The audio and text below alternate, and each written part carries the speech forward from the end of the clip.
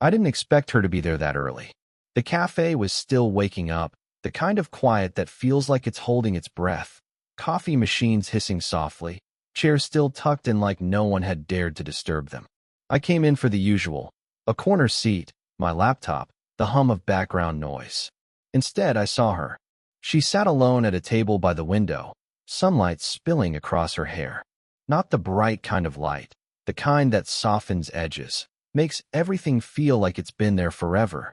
She had a book in one hand, the other resting on the table, fingers curled loosely against a coffee cup she hadn't touched in a while. I'd met her once before, just a passing introduction through a friend. Her name, Laura, had stuck in my head longer than it should have. I told myself it was because she had a way of looking at you like she'd already decided whether or not you were worth talking to. I ordered something I didn't even want and somehow ended up sitting at the table next to hers. It wasn't planned. Not really. "Morning," I said, almost too casually. She looked up, blinked like she was pulling herself out of somewhere else. "You're the—" She paused, searching my face. "Ethan, right?" Her remembering felt like a small victory I didn't earn. "Yeah. And you're still reading the same book?" I nodded at the cover. She smirked, closing it slightly. "It's a reread. Sometimes it's not about the ending. It's about noticing what you missed the first time." There was a weight in the way she said it. Like maybe she wasn't just talking about the book. The silence after wasn't uncomfortable, but it was sharp. Like both of us were aware of it, listening for the next move. She set her book down, fingertips brushing the edge of my table. Not on purpose, probably, but close enough that I could see the faint, pale scar across her knuckle. "You work from here?" she asked. "Sometimes. The quiet helps." I hesitated. "You?" "Depends. Sometimes the quiet doesn't help at all." Her eyes met mine for a second too long. I felt my chest tighten, the air between us shifting in some unspoken way. She reached for her coffee, and in the space between that movement and setting it down again, her fingers grazed mine. A light, passing contact that should have ended in an instant. But it didn't. Her skin was warm. She didn't pull away. I didn't either. Something in her gaze flickered. Not a smile, not a frown, just something. The kind of look you want to chase down and hold until it explains itself. My pulse kicked up, the noise of the cafe folding in around us, muffled, like we were sealed off in a smaller, slower moment. Neither of us spoke. Her thumb barely shifted against my hand, as if she was testing something. Me? Herself? I couldn't tell. The door chime rang behind us. Her hand moved away. She turned her head toward the entrance, and I followed her gaze, but my mind was still on the way her fingers had felt over mine, and on the fact that she hadn't moved away until she had to. The guy at the door turned out to be just another customer, and yet something in her shifted after that. Laura kept her eyes on him a beat too long, like she was grateful for the interruption. I pretended to focus on my laptop, though my screen was still frozen on the same blank document. When she looked back at me, her expression was careful. "You're younger than I remembered," she said, almost like it was a problem. "Is that a good thing?" I asked. She didn't answer. Instead, she slid her book into her bag and leaned back in her chair. "How old are you?" 26. Her lips pressed together like she was measuring the number against something else. "I have a son your age," she finally said. It hit me harder than it should have. Not because it changed anything I felt in that moment, but because I realized how much it probably changed things for her. I wanted to say something light, something to make it less heavy, but all that came out was, "That explains a lot." She raised an eyebrow. "Like what? Why you look at me like you're already planning an exit?" Her breath caught, barely noticeable, but there. "You don't know me well enough to say that." Maybe. Or maybe I noticed because I do the same thing. Her gaze softened, just for a second. Then she shook her head, looking out the window like she needed the distance. The rain had started without either of us noticing, streaking the glass in thin, restless lines. I didn't know much about her except what our friend had mentioned once. She'd been divorced for years, lived alone, worked as a freelance editor. The rest I guessed at, like the way she avoided wearing a ring, or how her eyes sometimes drifted when someone younger spoke to her, as if she was weighing whether to engage at all. "What about you?" she asked suddenly. "Any complications?" There it was. The unspoken check for why I might be dangerous. No, I said. Not unless you count being terrible at staying where I'm supposed to be. Her mouth curved, just barely. That sounds like trouble. It is. I hesitated. But not the kind that hurts anyone. We sat with that for a while, letting the rain fill the silence. My coffee had gone cold. She was holding her cup with both hands, not drinking it, just keeping it there, like she needed something solid between us. Then, without looking up, she said, "You remind me of someone." Who? She finally met my eyes. Someone I shouldn't have missed. I didn't ask who. I didn't need to. The way her voice caught told me enough. A missed opportunity, maybe the one that stayed with her. Her phone buzzed on the table. She ignored it. Instead, she reached across the small space between us to slide my cup closer to me. Her fingers brushed mine again, slower this time. She didn't move away. The rain kept them indoors longer than either of us meant to. Laura had moved to my table now, not right next to me, but close enough that I could smell the faint trace of her perfume when she leaned forward. Something warm, but edged with something sharper underneath. We weren't talking about anything important. Music, the cafe's terrible playlist.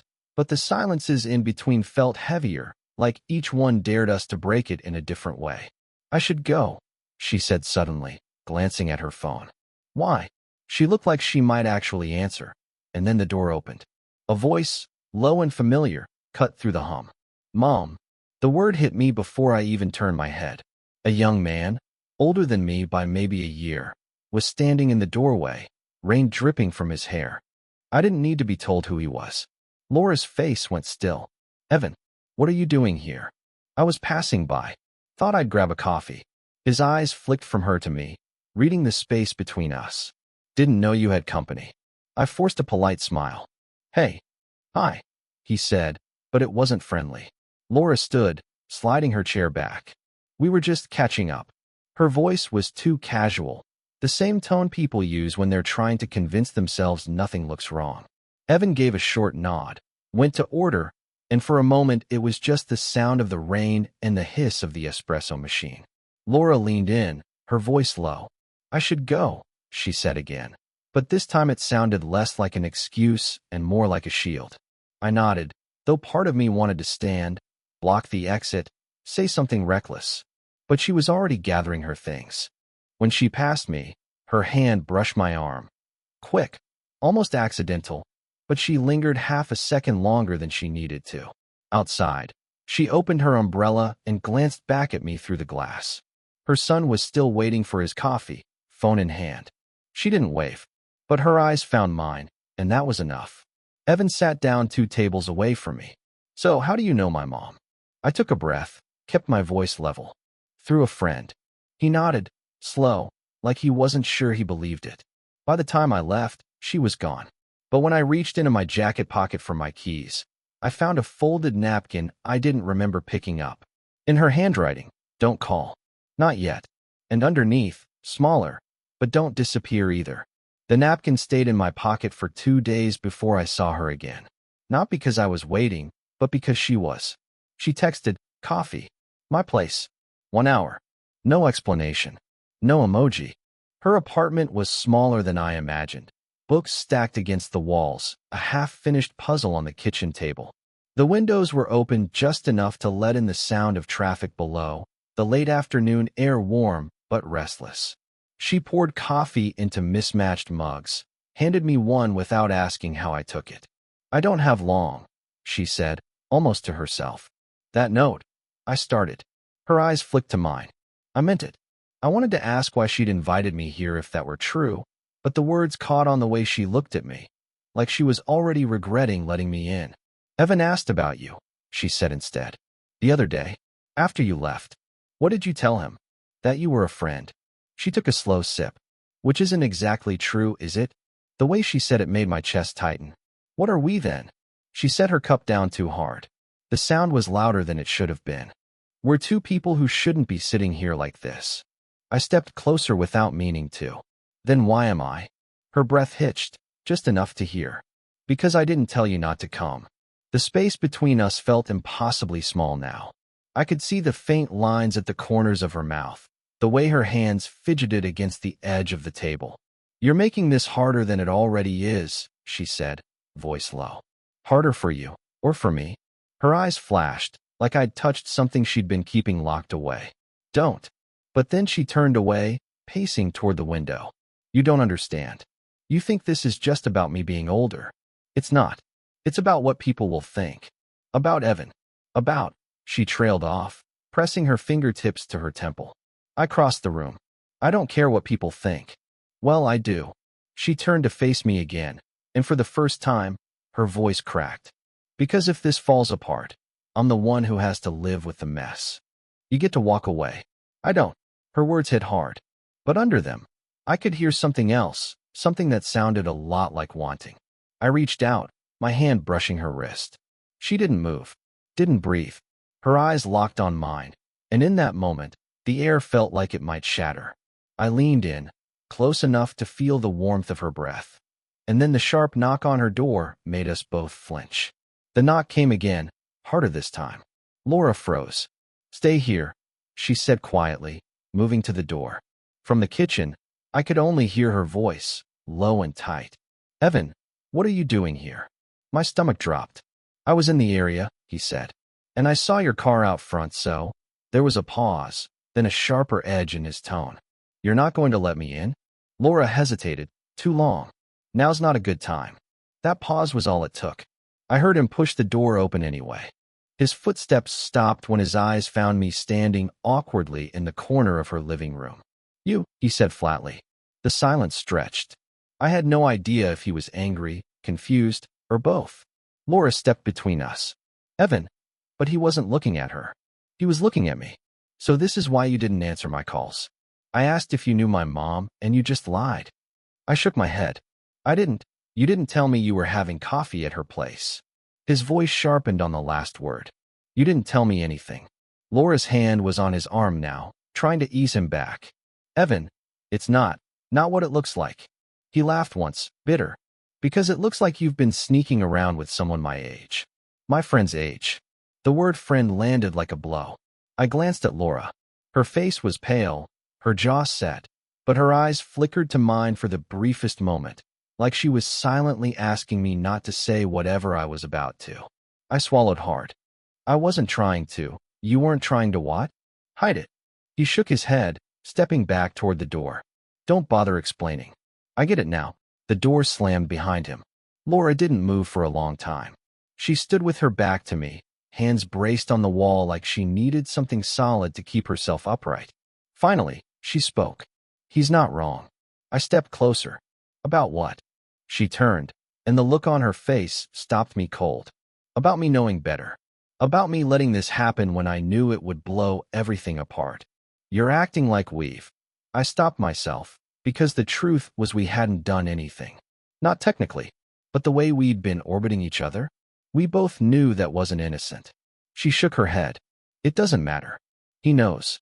Which means we don't have much time before everyone else does." I searched her face. "So what?" "That's it." Her eyes softened just enough to hurt. "I didn't say that." She stepped past me to close the blinds, shutting the room into a muted half-light. When she turned back, she was closer than she had been before the knock. "If we're doing this," she said quietly, "we have to decide now." The blinds clicked shut one by one, the light thinning until her living room felt smaller, more private, or maybe just more dangerous.